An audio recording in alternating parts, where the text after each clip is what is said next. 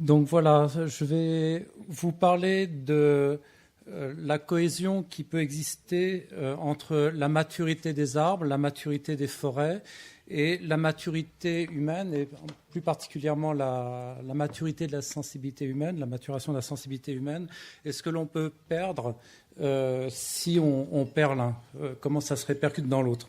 Donc je vois des enjeux importants à prendre en compte à l'heure présente, et c'est ce que je vais vous témoigner là maintenant. Donc là, on commence un peu par une image de fond d'une futaie Colbert, donc d'une forêt avec des arbres très âgés, donc des arbres des chênes qu'on a laissé vivre jusqu'à 180-300 ans. Et donc là, on est dans une forêt, que je qualifie de patrimoniale, une forêt de mémoire transgénérationnelle. La forêt naturelle, voire idéalement primitive, je parlerai plus de forêt immémoriale. Donc je détache un peu la forêt mémoriale et la forêt immémoriale. Donc, et là, on irait plus vers la forêt amnésique. Donc une forêt aujourd'hui en sylviculture, ce qu'on observe quand même, c'est qu'on a dépassé le pic de l'âge des arbres. On descend beaucoup dans des temps de durée de vie d'arbres beaucoup plus courts, 60-80 ans. Et déjà, dans les analyses, souvent on a fait remarquer qu'il y a un accroissement de surface très important de forêts en France depuis 2 siècles, notamment beaucoup suite à la déprise agricole, et que l'accroissement de surface fait oublier finalement le raccourcissement temporel de plus en plus important qui s'est fait de plus en plus fort depuis la guerre, depuis le Grenelle, le raccourcissement du temps dans l'espérance de vie des arbres en sylviculture. Donc, si on fait un arrêt photographique d'une forêt aujourd'hui, on va avoir des espaces de coupe rase plus importants, puisqu'on est dans des temps raccourcis de coupe où les temps immatures le temps de présence la proportion de présence de forêts immatures et de coupe rase va être quand même plus élevée dans des cycles courts de coupe. Ce qui remarque particulièrement ça, c'est évidemment les riverains de forêts domaniales. Et effectivement, on perd une qualité de forêt. Ça pose un problème aussi au niveau de l'utilisation du vocabulaire.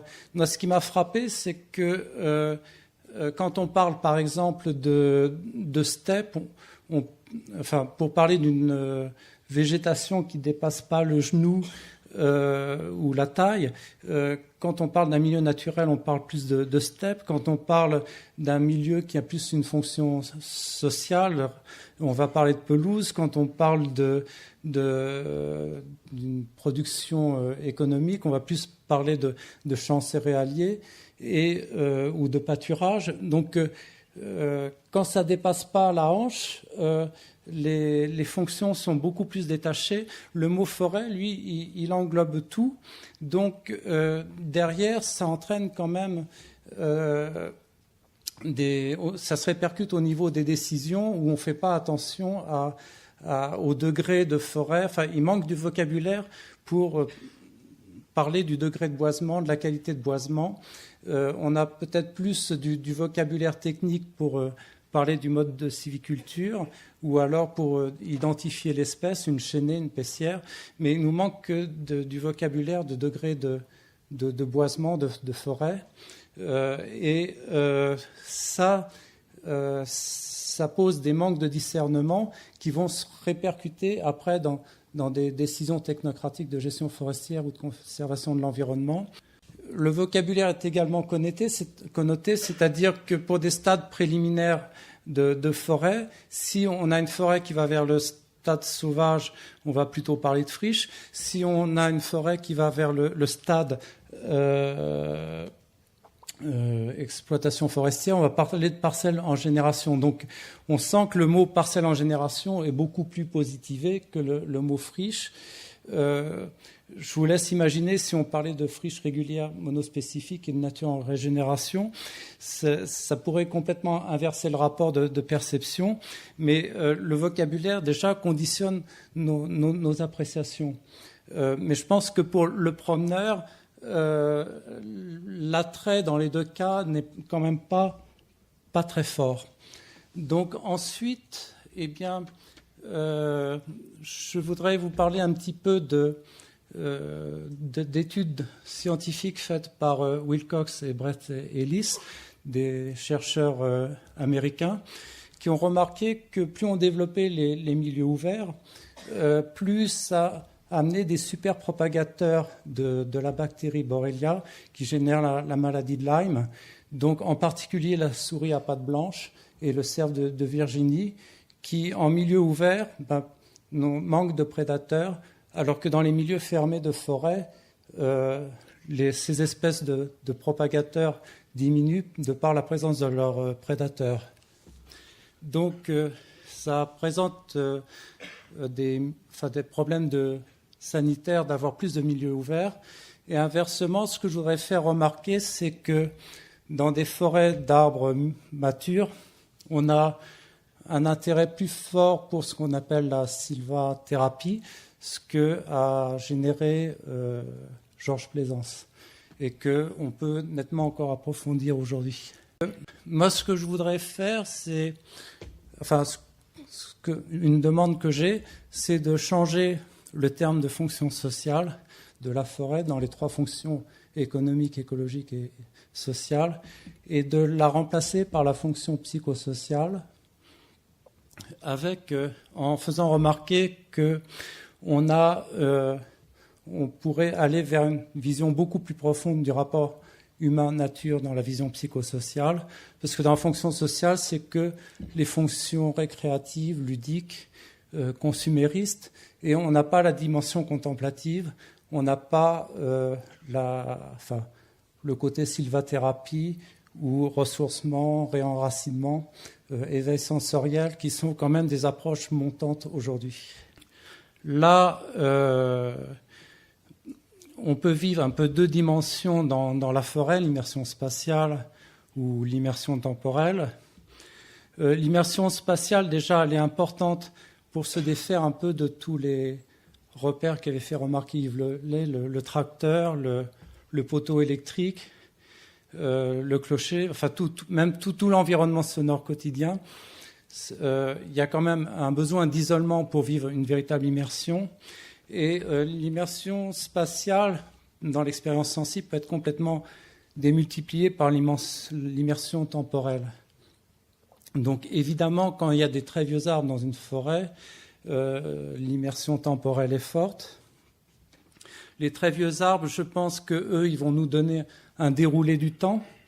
Surtout le bois mort, c'est quand même un fantastique témoin. Il donne une mise à nu de toutes les dynamiques de forme qu'il a développées au cours de sa vie. Et donc, rentrer en résonance avec ça sur le plan sensible, c'est quand même une expérience tout à fait forte.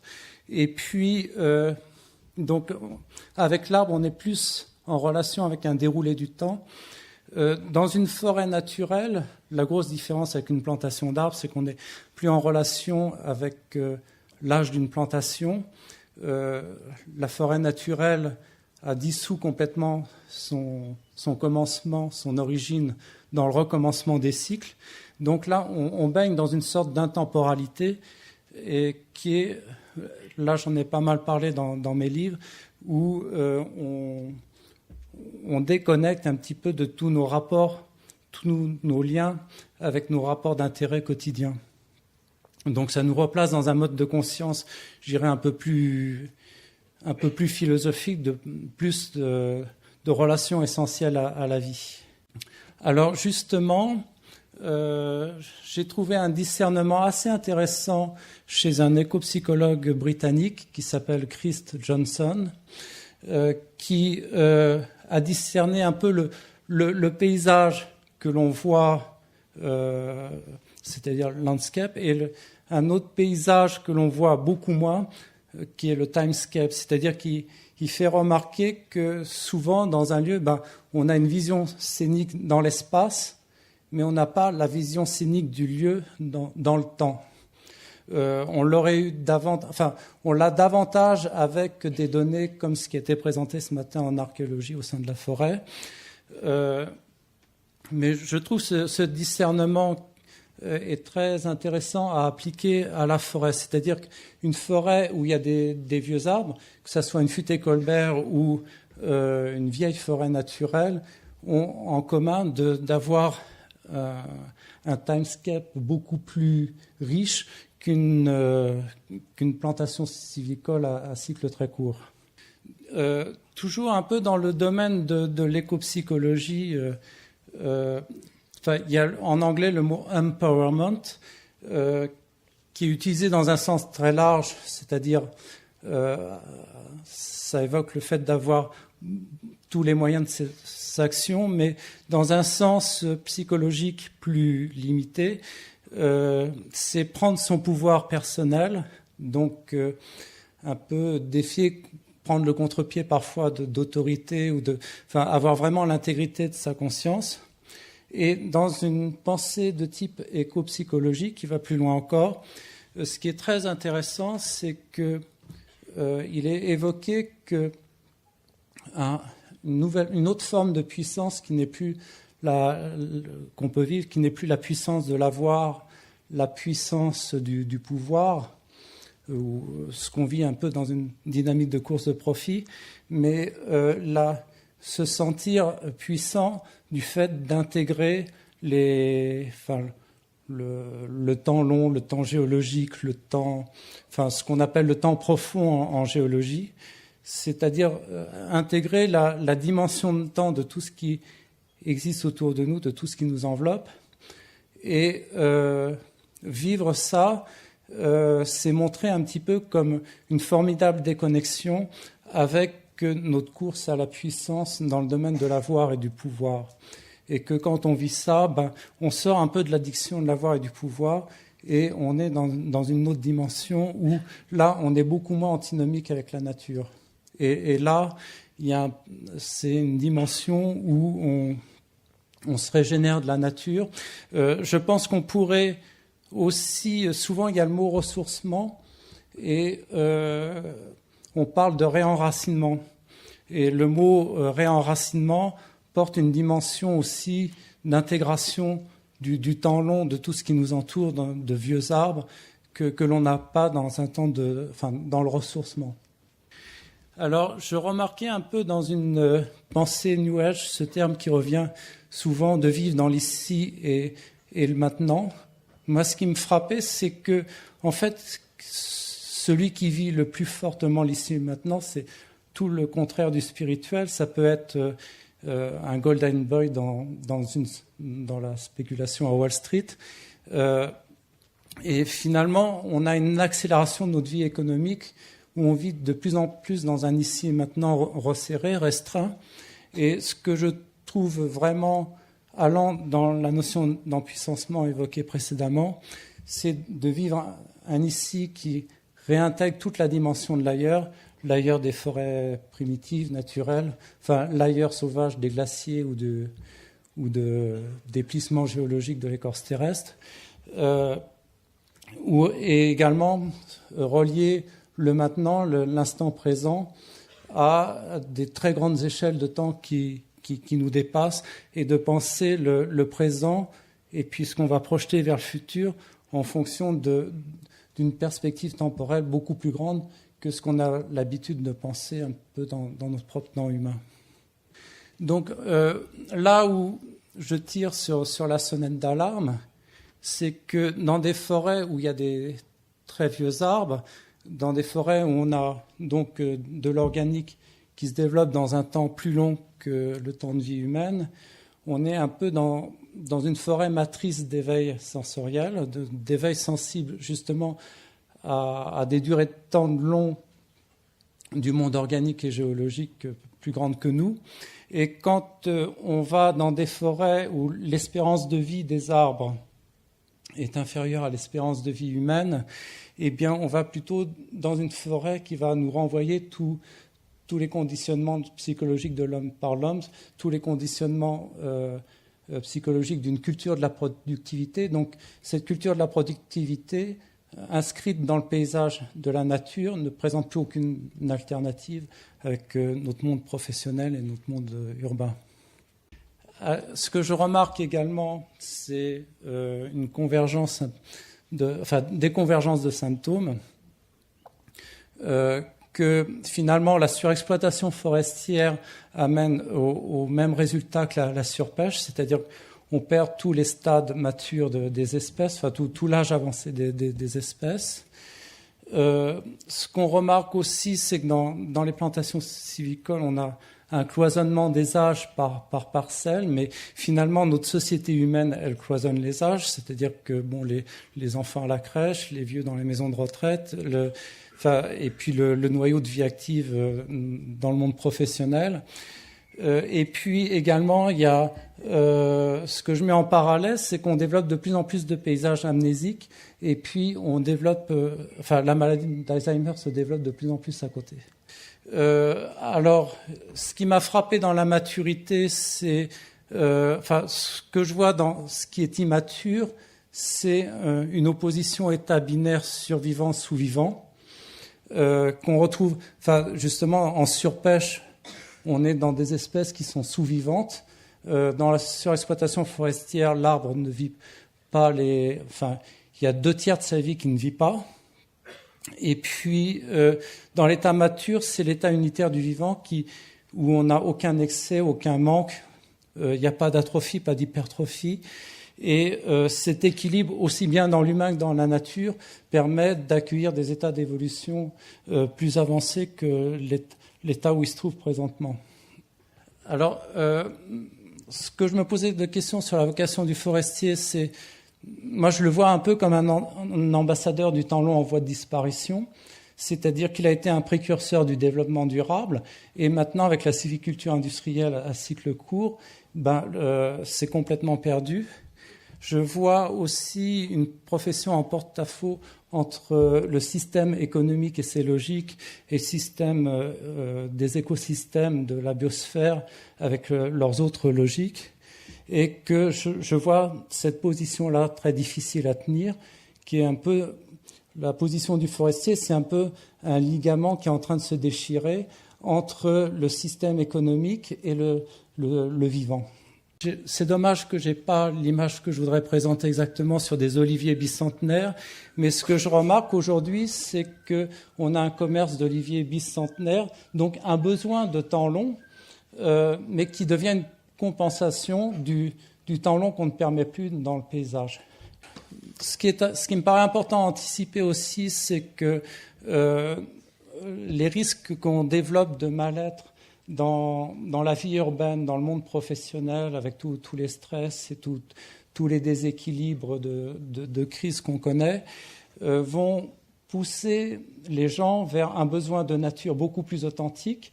Et ce besoin de nature authentique va se heurter à une sylviculture qui va ne plus générer des espaces ressourçants dans du temps long.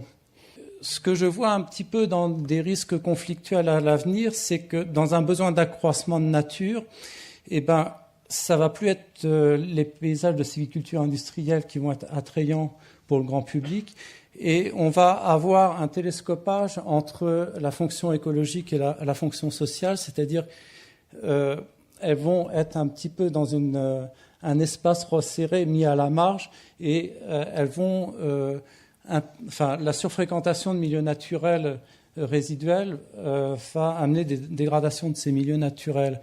Et on va importer aussi toutes nos ambiances humaines dans la nature, donc perdre ce qu'on pourrait vivre de ressourcement dans la nature elle-même. Et puis, alors, j'ai une formule qui la joue à l'envers: gaspiller moins de bois pour moins rajeunir la forêt. Moi, ce que je remarque, c'est que dans ce que j'ai jeté à la rue comme mobilier ou à la déchetterie, c'est du mobilier que j'ai acheté dans des grands magasins il y a moins de 20 ans, et que j'ai toujours dans mon appartement, le mobilier de mes parents et de mes grands-parents.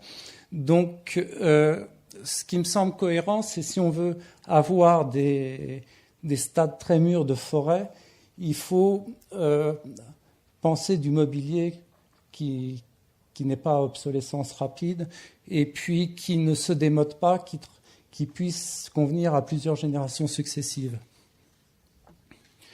Donc je vois un petit peu aujourd'hui un peu deux paradigmes dans le monde forestier qui peuvent se jouer, celui de la division et celui de la vision. C'est-à-dire la division, c'est la position du ligament de déchirement entre le système économique et le système écologique, où on met l'écologique et le social sous tutelle de l'économique. Et donc, dans cette perception de division, moi je vois la forêt naturelle comme un pôle de référence désactivé. C'est-à-dire que, il est observé quand même, il est pris en compte, mais il n'influence pas, ou pour ainsi dire pas, la gestion forestière. Et on est dans un modèle de gestion forestière cloisonnée qui sépare la sylviculture intensive, donc l'économique, de la fonction sociale et de la fonction écologique. À l'inverse, on aurait dans une vision, le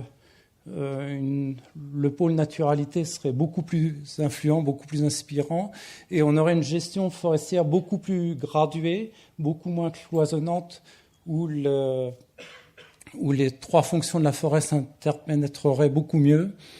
Et dans l'optique division, je pense qu'on est dans le compromis entre une vision naturaliste, sociale, et de l'autre côté une vision économique.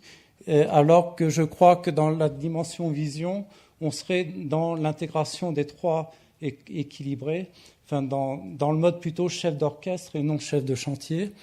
Et je crois que dans les rapports aussi entre naturalistes, représentants de la société civile et forestiers, on serait plus dans le mode négociation et rapport de force, mais beaucoup plus dans le mode dialogue. Donc voilà.